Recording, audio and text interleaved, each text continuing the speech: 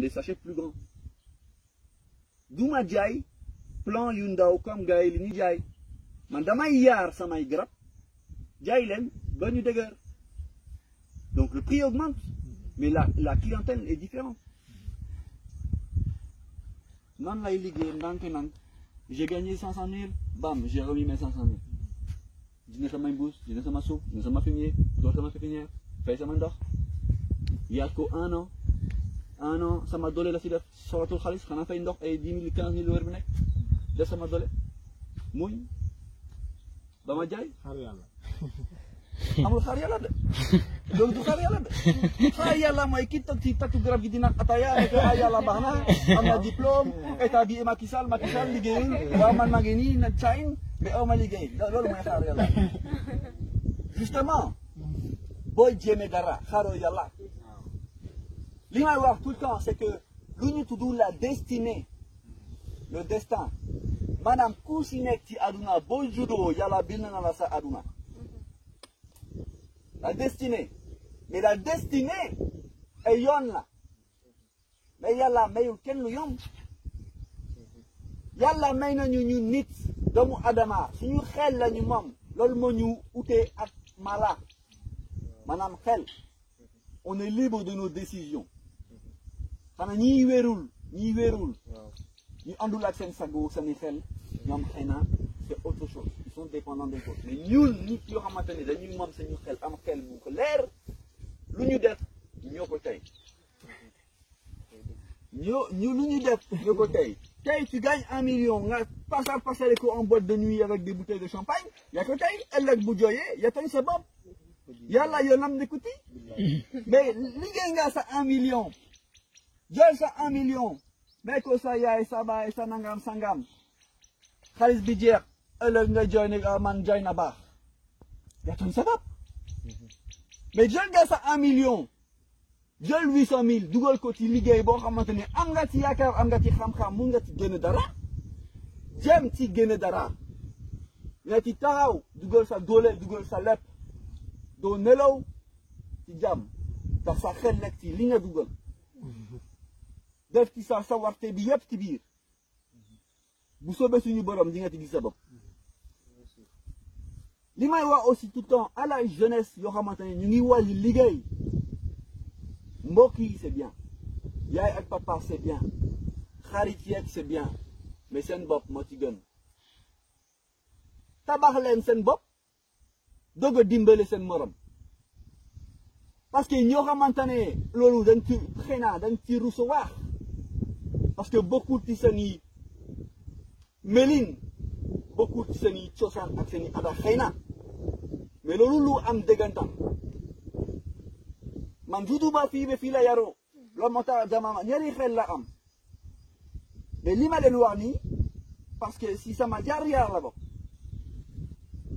tey jii alhamdulilah mun a dimbale ku ma neex te xaaruma ñi may talal seen loxo parce que xam na ñi may wër bu ma ko sentiree ma yëkkati def mais avant ma mun ko def ku ma ñaan ma ne ko demal liggéey yaay boy may ma tuuti rek ma dan sama doole ëllëg incha allah di nga ci gis sa bopp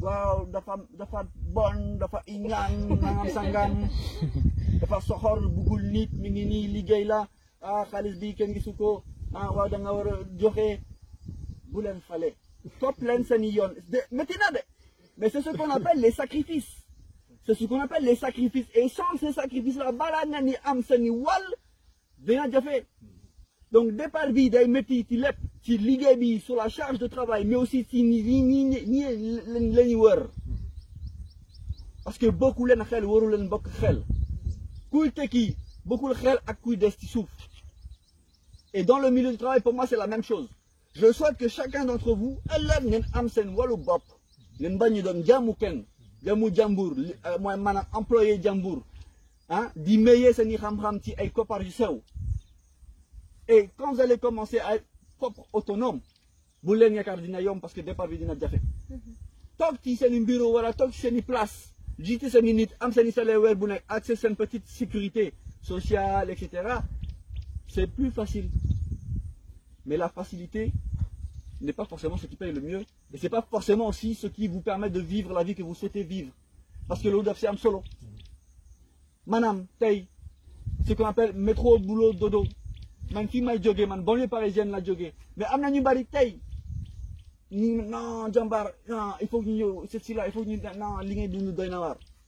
Mais avant ça, day ma jëppe daf. Daaw naa dem ay Paris ak yow dans sama doole en 2007, 2006, 2005. Mais li ma fa fekk, hein? J'ai fait xos na ay à droite à gauche, mais dama mujjee ñibbi si Sénégal.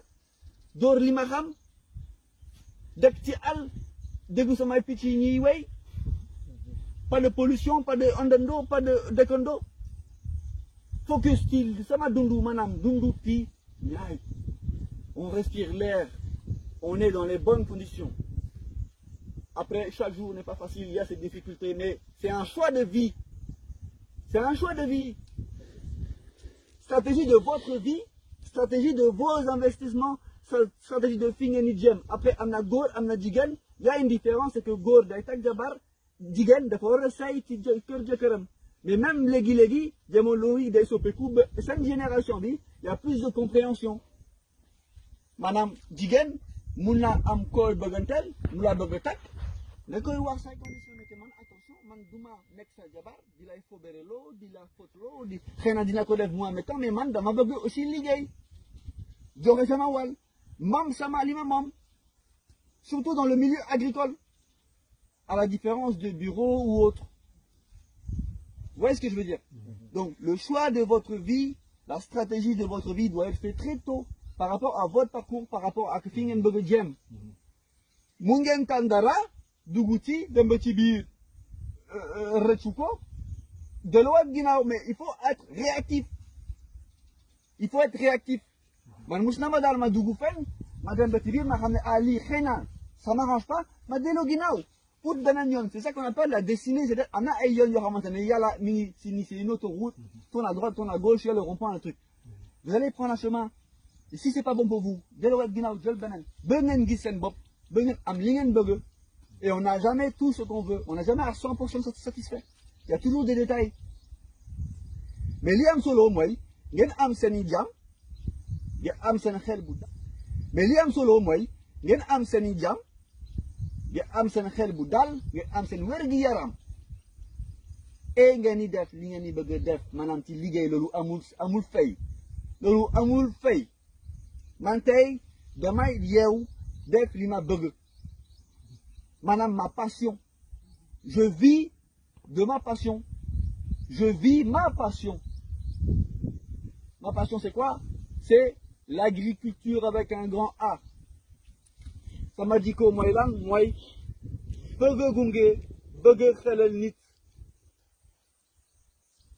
May ko sama xam-xam. Am na ñu may jaay, am na ñu may xam-xam. Ça dépend.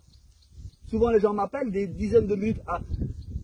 Je leur donne des conseils gratuitement.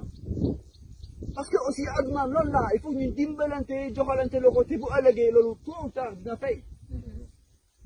Mais bu ngeen a xamee ngeen wax bu ngeen a xamulee ngeen wax lii moom xawma ko. Mais que peut-être sama morom ke bon xam naa xawma bële ak moom. Dernière chose pour conclure, après on va aller travailler.